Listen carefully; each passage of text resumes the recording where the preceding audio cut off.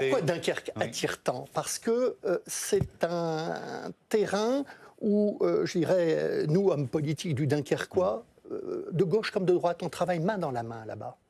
Il n'y a plus de grève dans le port de Dunkerque depuis 1992. C'est pas au Havre, ni à Marseille, ni même à Anvers que vous verrez cela. Donc il y a un climat social, politique qui est parfait.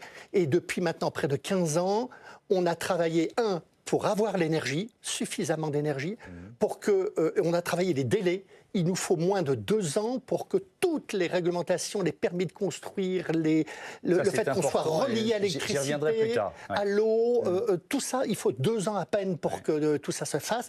Et on a évidemment 2000 hectares de libre de terrain industriel autour du port de Dunkerque. Donc on a de l'espace, on a de l'énergie, on a des infrastructures et on a un climat politique et social qui est très favorable. Voilà pourquoi Dunkerque attire tant aujourd'hui. Et alors Thomas Gemmine, vous connaissez évidemment la situation de Dunkerque. Pourquoi on ne peut pas la dupliquer un peu partout en France ?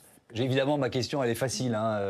La réponse est peut-être plus compliquée. Pour les raisons qui ont été invoquées, il y a un écosystème, il y a un héritage aussi. Par exemple, c'est plus facile de construire dans la région parce que vous avez beaucoup de friches. Oui. Donc, ce qui fait aussi que vous avez plus facilement des terrains disponibles. Vous avez une des principales centrales nucléaires qui se trouve dans la région. Vous avez un réseau électrique aussi qui fonctionne bien. Donc, tout ça, c'est des facteurs qui sont difficilement duplicables, en tout cas dans toutes les régions françaises.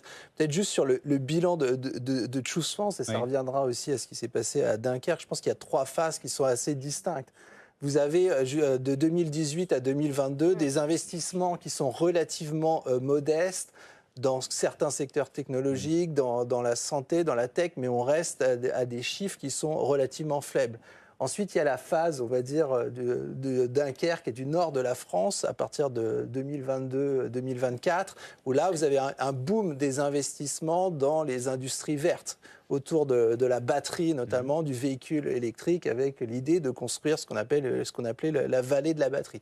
Et donc là, peut-être qu'on pourra discuter de qu'est-ce que ça donne effectivement. Et puis là, on est rentré depuis 2 ans dans une nouvelle phase qui est davantage orientée sur l'IA. Donc là, des investissements massifs qui sont annoncés, c'est autour de l'IA. Et donc là, c'est à nouveau une nouvelle phase où la France a plutôt pris de l'avance dans les annonces au niveau européen.